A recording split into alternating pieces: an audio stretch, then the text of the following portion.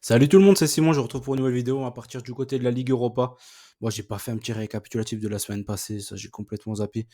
En début de vidéo, globalement, l'Europa League, ça s'est bien passé. Et la Ligue Europa Conférence, ça s'est très mal passé. En gros, c'est à peu près ça pour le jeudi dernier. Bon, on attaque les matchs retour. Bon, ça va être showtime, hein, parce que déjà, il y a pas mal de matchs qui sont totalement pliés. On va parler de Liverpool, on va parler de la Roma, c'est plié. C'est deux matchs complètement plié, donc c'est chaud de trouver un bet pour le match retour. Faut mieux éviter ces matchs-là, clairement. Hein. J'ai essayé de vous trouver des bêtes par rapport à ça, mais clairement, s'il y a mieux, je pense, dans la journée à choper que de toucher des matchs qui sont totalement pliés à l'avance. Brighton-Roma, du coup, il y a eu 4-0, si je dis pas de bêtises à l'aller. Donc clairement, Brighton ne pourra pas revenir. Brighton a gagné 1-0 cet après-midi. Donc là, contre la Roma, ça risque d'être un peu chaud, je pense, qu'il l'emporte. Après, voilà, faudra déjà attendre les compositions d'équipe, j'imagine aussi, voir qui joue le jeu entre les deux équipes. C'est peut-être, à mon avis, il y aura certainement des rotations des deux côtés, du côté de Brighton parce que c'est foutu, clairement, et du côté de la Roma parce que c'est déjà plié. Donc voilà, je pense qu'il y aura pas mal de rotations. Et moi, je vois un score un peu bidon. J'ai hésité entre l'under 3-5 ou une double chance. J'ai pris la double chance sur ce coup-ci. La Roma, ça me m'étonnerait pas qu'il lâche ce match-là. Donc j'ai pris Brighton ou nul dans cette confrontation. Et comme je l'ai dit, je suis pas sûr de jouer un petit centime sur ce match-là. Et j'ai mis un but partout, parce que pour moi c'est une purge, ça va être un match un peu pourri.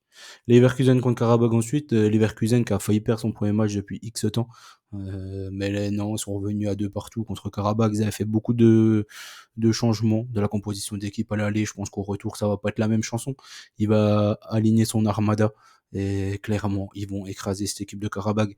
En jouant 20-30 minutes, ils ont réussi à mettre deux buts, et en cause ils étaient là, qu'à une grosse occasion en toute fin de rencontre pour l'emporter du côté de l'Azerbaïdjan. Là, à domicile, clairement, et en coupe, il y a eu quoi? Il y a eu 5 ou 6 1 je crois, en phase de poule. Donc ici, je pense que Leverkusen va s'amuser.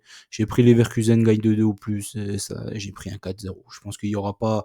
le résultat fera aucune contestation entre ces deux équipes. Liverpool contre le Sparta ensuite, comme je l'ai dit, ça s'est plié, donc qu'est-ce que faire, quoi faire, je ne sais pas. Liverpool, je pense qu'il y aura énormément de rotation du fait qu'ils ont 4 buts d'avance, quoi, il y a eu 5-1. Le Sparta Prague, est-ce qu'ils vont aligner l'équipe type aussi, je ne sais pas. Peut-être pour sauver l'honneur, je pense qu'ils vont sauver l'honneur du côté d'Anfield, mais qu'ils vont peut-être perdre au final quand même. Donc j'ai pris un BTTS et j'ai joué à Liverpool au bout, mais encore une fois, c'est un match, je pense qu'il faut mieux pas jouer, l'essentiel a été fait à l'aller. Le Slavia contre le Milan, c'est un peu plus compliqué parce qu'ils ont que 2 buts d'avance, le Milan. Le Slavia a eu beaucoup d'opportunités à l'aller, ils ont pris un rouge, ils sont revenus à chaque fois. Donc on voit que le Slavia, c'est quand même une super équipe, hein, les Tchèques.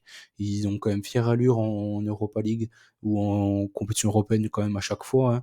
Ils se battent quand même jusqu'à la fin. Le Milan, à l'extérieur, il concède toujours des buts. Donc ici, j'ai pris un BTTS. Je pense que ça devrait passer entre ces deux équipes-là. Le Slavia, après je les vois pas gagner quand même à la maison. Le Milan, je pense qu'ils vont faire à peu près le même match que contre Rennes. Ils vont jouer avec l'adversaire, ils vont revenir et marquer un but quand il le faudra. Et c'est tout. Ils vont faire le minimum. Donc je suis parti sur un but partout. Les Rangers contre le Benfica ensuite. Les Rangers ont failli faire une bonne petite sensation, entre guillemets. Hein, comme je l'ai... Moi, j'étais parti sur les Rangers marquent. Hein, du côté du Benfica, ça m'étonne pas plus que ça. Je pense que les Rangers, c'est une équipe qu'on sous-estime chaque saison. Et au final, ils sont toujours là. Le Benfica, c'est quand même une équipe plutôt vieillissante, avec des...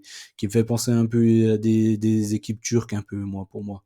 C'est un peu le Galatasaray, quoi. C'est un peu pareil. Ils ont pas mal de joueurs, genre les David Neres et tout, il me fait penser un peu à ça, ce profil-là de joueurs, super dribbleurs, etc., mais qui font pas beaucoup d'efforts sur le terrain. Di Maria, maintenant, il fait son âge, malheureusement, hein, c'est compliqué de jouer 90 minutes. Défensivement, c'est pas l'assurance tout risque, hein, Otamendi, il a 2000 ans, il y a quand même pas mal de choses. Je pense qu'il a quand même pas mal de saisons dans les pattes, Otamendi. Déjà qu'il ait gagné la Coupe du Monde, moi ça me met déjà sur le cul, j'ai jamais trouvé que c'était un très bon défenseur. Et que Mbappé et tout ça, là, ils ont pas réussi à lui mettre une danse en finale, je comprends toujours pas. Mais bon, c'est comme ça. Ici, je pense que les Rangers à la maison, ils vont marquer un minima un but. Le Benfica, ils sont capables de marquer aussi. J'ai hésité entre Rangers au nul ou le BTTS. Ici, j'ai quand même pris le BTTS. J'ai du mal à voir un match fermé entre ces deux équipes-là. Le match aller a été plutôt spectaculaire. Le match retour, à mon sens, le sera aussi. Et je vois les Rangers quand même en surprise passer dans cette confrontation. West Ham contre Fribourg ensuite. Les Hammers qui ont fait une petite remontada cet après-midi, hein, c'était mené 2-0 et c'est parti en 2 buts partout au final avec un but de Dannings qui a été une première fois refusé, il a remarqué juste derrière. Fribourg du coup qui a gagné du côté de Bochum, Fribourg qui est très chiant à jouer, très, très chiant. Mais je pense que du côté de West Ham, ils vont tout donner sur ce match-là devant leur public. Il y aura du Kudus, il y aura du Bowen, il y aura du Paqueta juste derrière.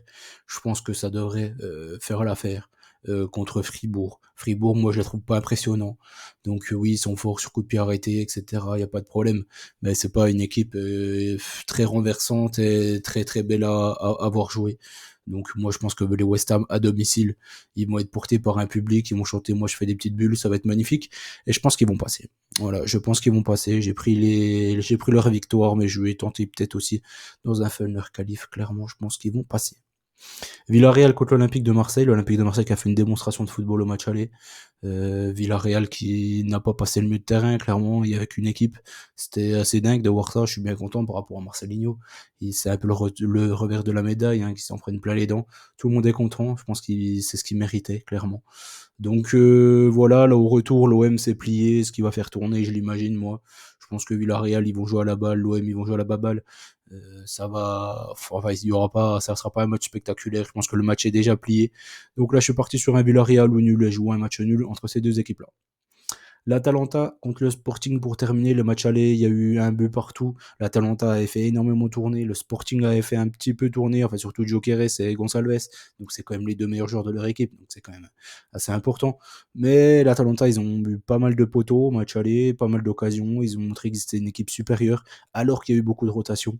Je pense qu'à domicile, ils vont se qualifier clairement contre les Portugais.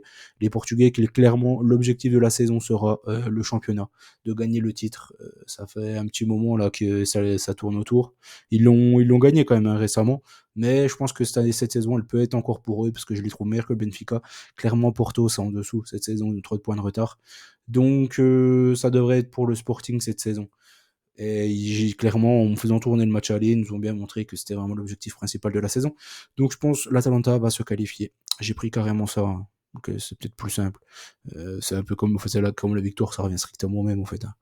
Donc voilà, je pars sur ça. Bon, là, c'est quoi? Ah, mais je vous ai remis celle-là. Ouais, ouais, celle-là, c'est pour le VIP, c'est pour ceux que ça intéresse.